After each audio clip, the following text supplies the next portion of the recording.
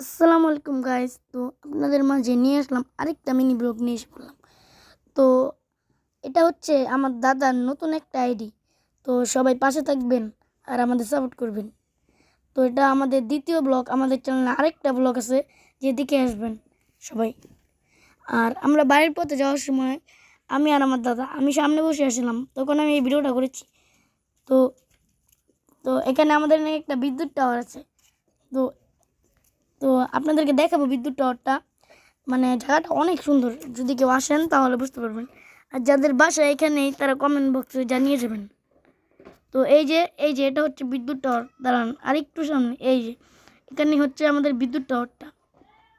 তো সবাই ভিডিওটা কিন্তু পুরোটা দেখবেন আর আমাদের পাশে থাকবেন। এই যে এটা হচ্ছে বিদ্যুৎ টাওয়ার, এটা অনেক সুন্দর।